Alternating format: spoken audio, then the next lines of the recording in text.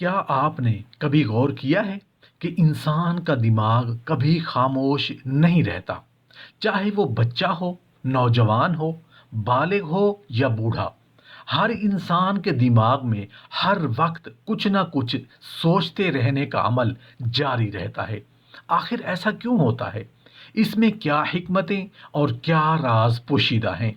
انسان کا دماغ خاموش نہ رہنے کی سب سے پہلی وجہ یہ ہے۔ محترم ناظرین، کیا آپ نے کبھی غور کیا ہے کہ ہمارا دماغ ایک لمحے کے لیے بھی خاموش نہیں رہتا؟ چاہے ہم تنہا ہوں، رات کو بستر پر لیٹے ہوں یا کسی محفل میں موجود ہوں، ہمارے اندر خیالات کا سمندر مسلسل موجیں مار رہا ہوتا ہے۔ کبھی ماضی کی یادیں ذہن میں آتی ہیں، کبھی آنے والے کل کی فکر، کبھی خوشی کے لمحے اور کبھی غم کے بادل چھا جاتے ہیں۔ یہ ایک فطری کیفیت ہے، لیکن سوال یہ پیدا ہوتا ہے کہ آخر دماغ کو سکون کیوں نہیں ملتا؟ کیوں یہ سوچیں ختم نہیں ہوتی؟ دنیاوی کامیابی کے باوجود اگر دماغ سکون میں نہ ہو تو انسان کبھی حقیقی راحت محسوس نہیں کر سکتا۔ اکثر آپ نے دیکھا ہوگا کہ کچھ لوگ سب کچھ رکھتے ہوئے، دولت اور عزت سب کچھ، لیکن کہتے ہیں کہ نیند نہیں آتی، دل بے چین ہے۔ اور کچھ لوگ جو کچھ نہیں رکھتے، ان کے دل میں ایک عجیب سا سکون پایا جاتا ہے۔ تو یہ فرق کہاں سے آتا ہے؟ دراصل دماغ کا مسلسل چلنا اللہ تعالیٰ کی طرف سے ایک اشارہ ہے، ایک امتحان ہے۔ یہ ہمارے لیے پیغام ہے کہ ہم اپنی حقیقت پر غور کریں، اپنی غلطیوں کا محاسبہ کریں اور اپنی اصلاح کی جستجو کریں۔ اگر دماغ ہمیشہ خاموش رہتا تو ہم کبھی اپنی ذات کی پہچان نہ کر پاتے، لیکن جب خیالات کا شور حد سے بڑھ جائے تو انسان تھکنے لگتا ہے۔ وہ چاہتا ہے کہ ایک لمحے کے لیے سکون آ جائے، دل کو قرار ملے، دماغ خاموش ہو جائے۔ یاد رکھیے کہ خیالات کا ہجوم بھی ایک امتحان ہے۔ کچھ خیالات انسان کو اللہ کے قریب لے جاتے ہیں، کچھ گناہ کی طرف کھینچتے ہیں اور کچھ محض پریشانی پیدا کرنے کے لیے آتے ہیں۔ یہ سب کچھ اتفاق نہیں، بلکہ انسان کی زندگی کا ایک فطری اور ضروری حصہ ہے۔ ان خیالات کی نوعیت مختلف ہے۔ کچھ خیالات ہماری فطرت سے جنم لیتے ہیں، جیسے بھوک لگنے پر کھانے کا خیال یا تھکن ہونے پر آرام کا خیال۔ یہ نیوٹرل خیالات ہیں، نہ اچھے نہ برے، صرف دنیاوی ضرورتوں سے جڑے ہوتے ہیں۔ پھر کچھ خیالات ماضی کی یادوں سے جنم لیتے ہیں۔ ہم جو کچھ دیکھتے، سنتے یا محسوس کرتے ہیں وہ دماغ میں محفوظ ہو جاتا ہے اور وقتاً فوقتاً واپس آ کر ہمیں یاد دلاتا ہے۔ ایک اور بڑی قسم وہ خیالات ہیں جو شیطان کی طرف سے وسوسے کے طور پر آتے ہیں۔ یہ ایمان کو کمزور کرنے اور دل کو پریشان کرنے کے لیے آتے ہیں۔ قرآن و حدیث میں واضح ہے کہ انسان کے دل و دماغ میں وسوسے آنا فطرت کا حصہ ہے، لیکن اصل امتحان یہ ہے کہ ہم ان خیالات کے ساتھ کیا کرتے ہیں۔ نبی کریم صلی اللہ علیہ وآلہ وسلم نے فرمایا کہ بندے کے دل میں خیالات آتے رہتے ہیں، لیکن اگر ان پر عمل نہ کریں تو اللہ اسے معاف کر دیتا ہے۔ گویا خیالات انسان کی آزمائش ہیں۔ اللہ نہیں دیکھتا کہ آپ کے دل میں کیا آیا، بلکہ یہ دیکھتا ہے کہ آپ نے ان خیالات کے ساتھ کیا کیا۔ اگر برے خیال کو رد کر دیا جائے تو یہ نیکی کے طور پر شمار ہوتا ہے، اور اگر اچھے خیال کو پکڑ کر اس پر عمل کر لیا جائے تو یہ درجات بلند کرتا ہے۔ دماغی خیالات کو روکنے کی کوشش بے سود ہے، کیونکہ یہ فطرت کے خلاف ہے۔ جیسے ہوا کو قید نہیں کیا جا سکتا، اسی طرح خیالات کو روکنا ممکن نہیں۔ اصل کمال یہ ہے کہ ہم اپنے خیالات کا رخ کس طرف موڑتے ہیں۔ اگر خیالات کو اللہ کی یاد اور نیک ارادوں میں لگا دیں تو یہ سکون اور خوشی کا ذریعہ بن جاتے ہیں، اور اگر انہیں بے مقصد سوچوں، گناہوں اور مایوسی کی طرف جانے دیا جائے تو یہ زندگی کا بوجھ بن جاتے ہیں۔ انسانی فطرت میں ایک اور عنصر دل کا خلا ہے، جو صرف اللہ کے ذکر سے بھر سکتا ہے۔ جب دل میں خلا رہتا ہے، دماغ مزید شور مچاتا ہے، خیالات بڑھ جاتے ہیں اور دل بے چین ہو جاتا ہے۔ یہی وجہ ہے کہ قرآن میں اللہ نے فرمایا کہ دلوں کا اطمینان اللہ کی یاد میں ہے۔ جتنا زیادہ انسان اللہ کے ذکر سے جڑتا ہے نا، اتنا ہی دماغ کا شور کم ہوتا ہے اور جتنا زیادہ انسان دنیا اور گناہ میں ڈوبتا ہے اتنے ہی خیالات اسے تھکا دیتے ہیں۔ اس لیے دماغی خیالات انسان کے دشمن نہیں، بلکہ یہ ہمیں ہماری اصل حقیقت کی طرف لے جانے والے اشارے ہیں۔ یہ ہمیں بتاتے ہیں کہ ہمیں کس راستے پر چلنا چاہیے، اور یہی ایک مسلسل رہنمائی ہے کہ ہم اپنی حقیقت کو پہچانیں۔ اب سوال یہ پیدا ہوتا ہے کہ دماغ میں آنے والے خیالات کو کہاں سے آتے ہیں اور ان کی مختلف اقسام کیا ہیں؟ سب سے پہلی قسم وہ خیالات ہیں جو اللہ کی طرف سے رہنمائی کے طور پر آتے ہیں۔ یہ خیالات انسان کو نیکی اور بھلائی کی طرف لے جاتے ہیں۔ دل میں یہ خیال آتا ہے کہ قرآن پڑھوں، نماز میں خشوع پیدا کروں، کسی محتاج کی مدد کروں یا اپنے گناہوں پر توبہ کروں۔ یہ خیالات اللہ کی رحمت کے اشارے ہیں، اور اگر انسان ان پر عمل کرے تو یہ اس کے درجات بلند کرتے ہیں۔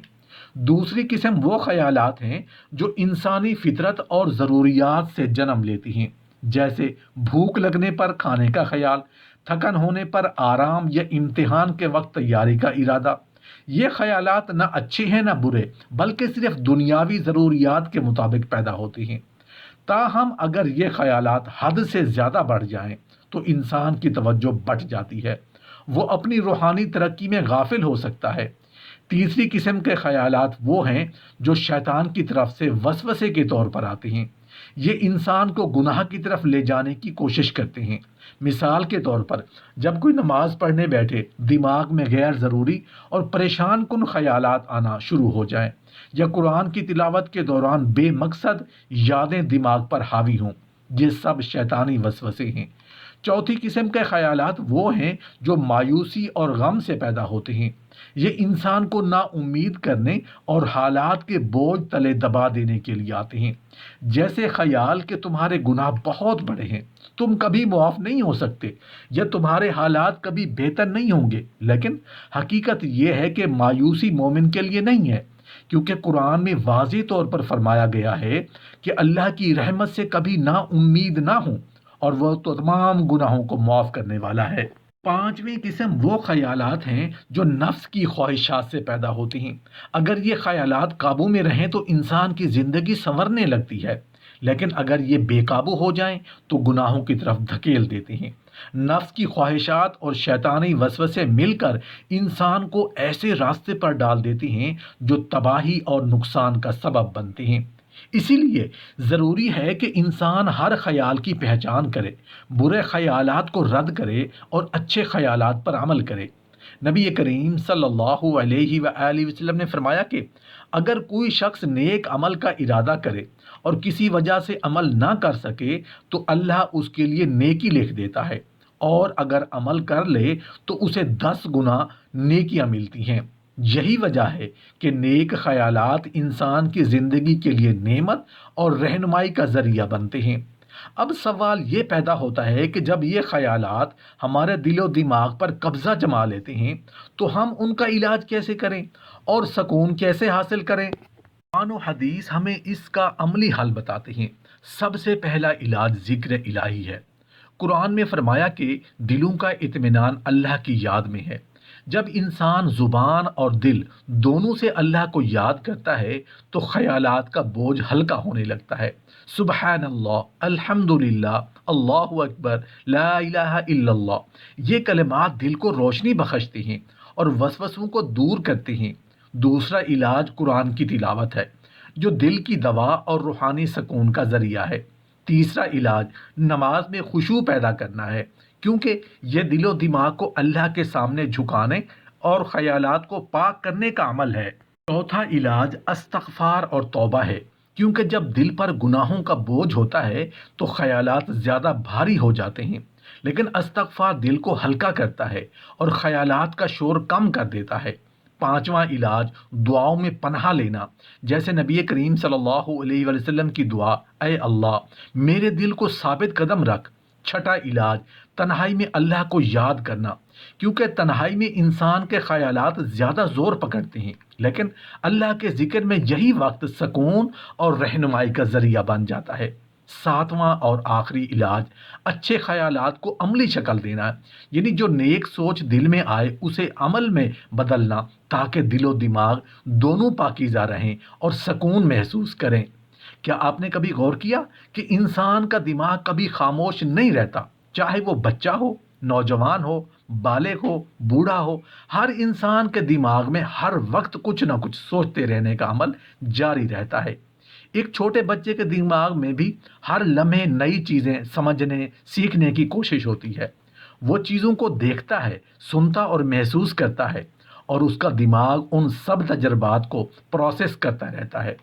بچے کے دماغ میں خیالات کا یہ ہجوم بے ساختہ اور بے ترتیب ہوتا ہے، مگر یہی عمل اس کے سیکھنے اور ترقی کی بنیاد بھی ہے۔ ایک سمجھدار نوجوان یا بالغ انسان کے دماغ میں بھی خیالات مسلسل چل رہے ہوتے ہیں، مگر اس میں ایک سمت اور مقصد ہوتا ہے۔ وہ اپنے ماضی کی یادوں، موجودہ حالات اور مستقبل کی منصوبہ بندی پر غور کرتا ہے۔ وہ دنیاوی مسائل، زندگی کے فیصلے اور تعلقات کے بارے میں سوچتا ہے۔ بعض لوگ یہ ان خیالات پر منفی سوچ رکھتے ہیں، یعنی وہ پریشانی، خوف یا غصے میں گھومتے رہتے ہیں۔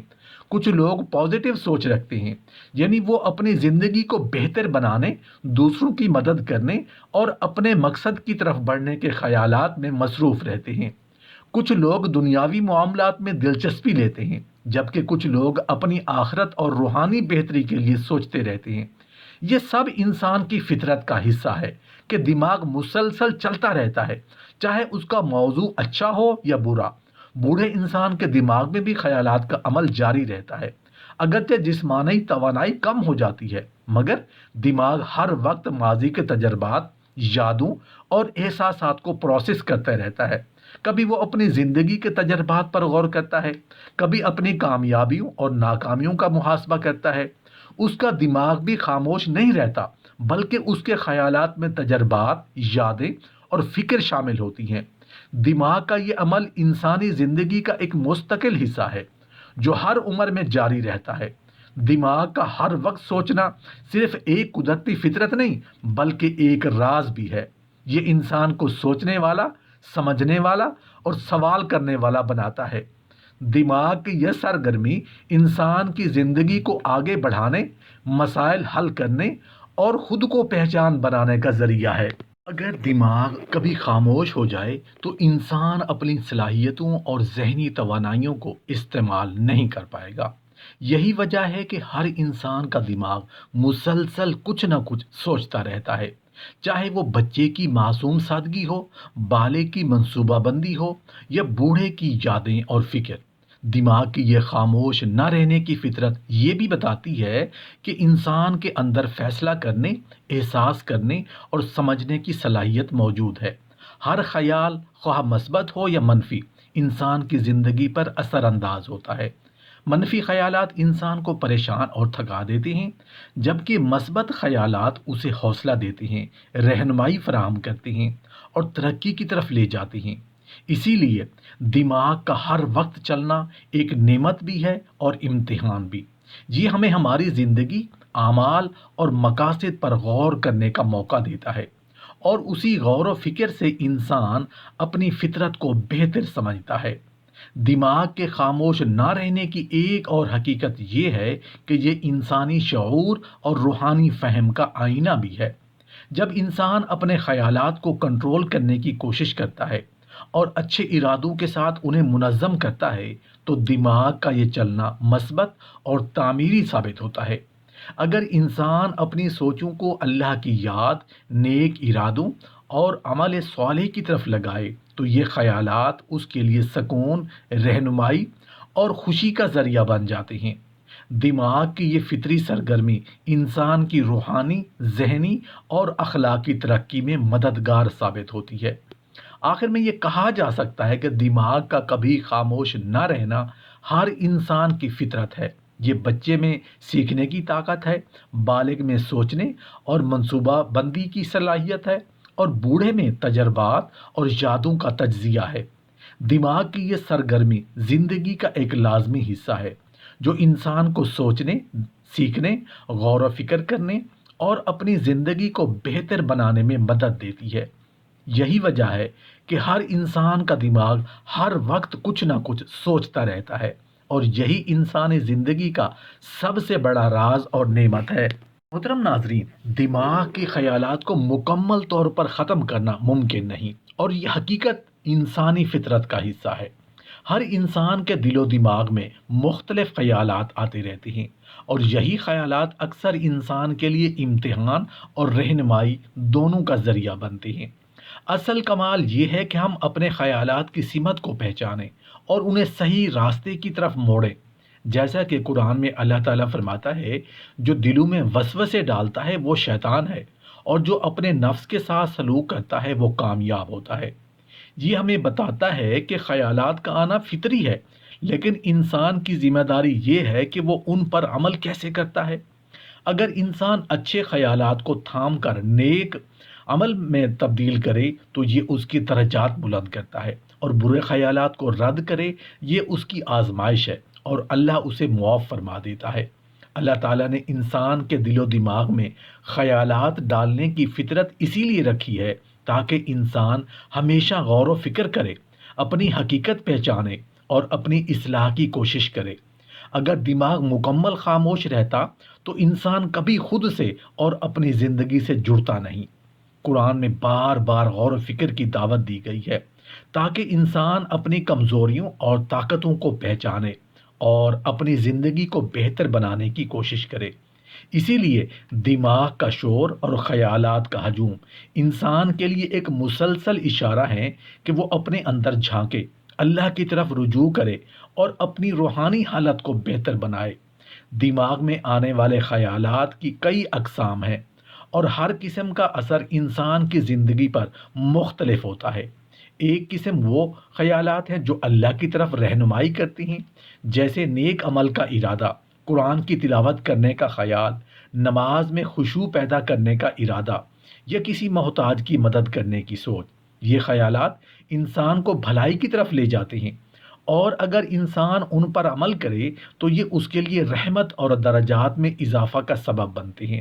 دوسری قسم وہ خیالات ہیں جو انسانی فطرت سے پیدا ہوتی ہیں، جیسے بھوک، پیاس، تھکن یا آرام کی ضرورت کا خیال۔ یہ خیالات دنیاوی ضروریات کی تکمیل کے لیے ہوتے ہیں، اور اگر حد سے زیادہ نہ بڑھیں تو نقصان نہیں پہنچاتے۔ تیسری قسم وہ خیالات ہیں جو شیطان کی طرف سے وسوسے کے طور پر آتے ہیں۔ یہ خیالات انسان کو گناہ کی طرف کھینچنے کی کوشش کرتے ہیں، جیسے نماز کے دوران ذہن بھٹکنا، قرآن کی تلاوت کے دوران غیر ضروری باتیں یاد آنا، یا تنہائی میں برا خیال آنا۔ صحیح بخاری اور صحیح مسلم میں آیا ہے کہ صحابہ کرام نے نبی اکرم صلی اللہ علیہ وآلہ وسلم سے عرض کیا کہ دل میں بعض اوقات ایسے خیالات آتے ہیں کہ اگر زبان پر لائیں تو زمین میں دفن ہونا بہتر ہے۔ نبی صلی اللہ علیہ وسلم نے فرمایا کہ یہ ایمان کی علامت ہے۔ اس حدیث سے واضح ہوتا ہے کہ خیالات کا آنا فطری ہے، اور اصل اہمیت یہ ہے کہ انسان ان خیالات کو قبول نہ کرے اور عمل نہ کرے۔ چوتھی قسم وہ خیالات ہیں جو مایوسی اور غم پیدا کرتے ہیں۔ یہ خیالات انسان کے حوصلے پست کرنے کے لیے آتے ہیں، جیسے گناہوں کی شدت، حالات کی مشکلات یا تبدیلی کے ناممکن ہونے کا خیال۔ قرآن میں اللہ تعالیٰ فرماتا ہے، اللہ کی رحمت سے مایوس نا امید نہ ہوں۔